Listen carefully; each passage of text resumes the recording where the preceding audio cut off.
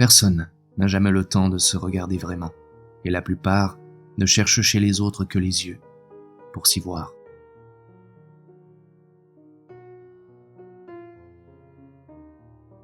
L'amour consistait à partager la vie, comme on partage le pain, gaiement ou tristement. Mais il ne consistait en aucun cas à faire de la vie cette alternance de caresses et de coups de fouet, cette chose à subir ou à infliger.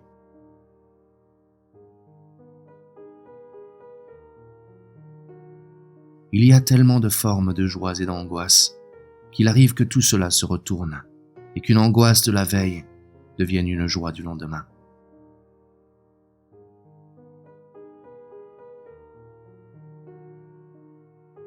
Le bonheur et le malheur, l'insouciance, la joie de vivre sont des éléments parfaitement sains auxquels on a parfaitement droit et dont on n'a jamais assez, mais qui rendent aveugle.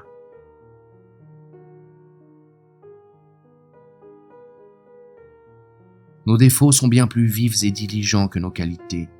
Les avares sautent plus vite sur les moyens d'épargner que les généreux sur l'occasion de donner. Les orgueilleux se vantent bien avant que les courageux ne se diminuent, et les violents se battent avant que les pacifiques n'aient le temps d'intervenir.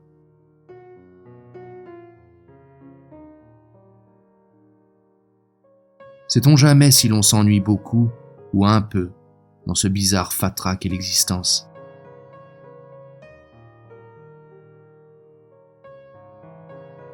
Il est bien possible que, d'erreur en erreur et de folie en folie, quelque élu tout-puissant ou quelque sous-fifre égaré ne rase cette terre si belle et ne la flambe.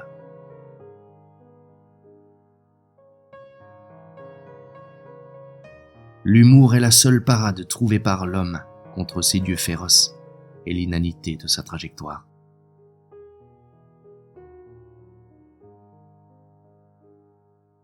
La liberté, ça consiste à disposer du temps et de l'espace, et ça coûte cher.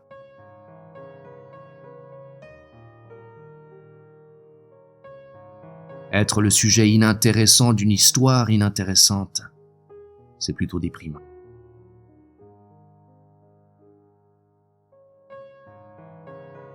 Elle voulait se croire, et qu'on la croie, le contraire de ce qu'elle était. Et c'est là un des grands malheurs de la race humaine, que ce refus de soi-même.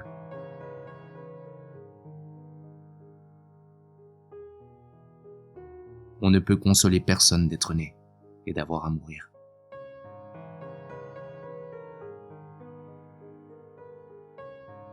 La terre est peuplée de truqueurs et de bavards, qui se servent des mots comme d'une monnaie qu'ils sauraient fausse.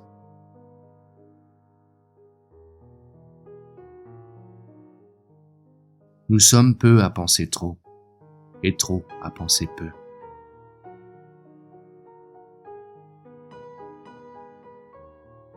Les gens ont de plus en plus peur. Ils ont peur de vieillir, ils ont peur de perdre ce qu'ils ont, ils ont peur de ne pas obtenir ce qu'ils veulent, ils ont peur de s'ennuyer, ils ont peur d'ennuyer. Ils vivent dans un état de panique et d'avidité perpétuelle.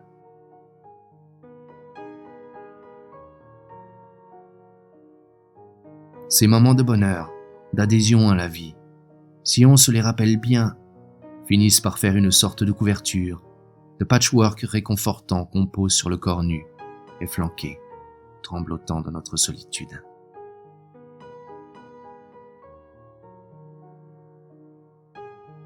Le plus grand luxe aujourd'hui, c'est de pouvoir prendre son temps.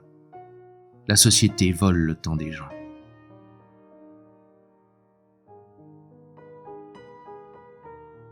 La vie est une sinistre blague. Sinistre, c'est le drame, et blague, c'est ce qui est amusant. Un drame amusant, c'est ça la vie, non? J'ai acquis une lucidité gaie devant l'absurdité de l'existence.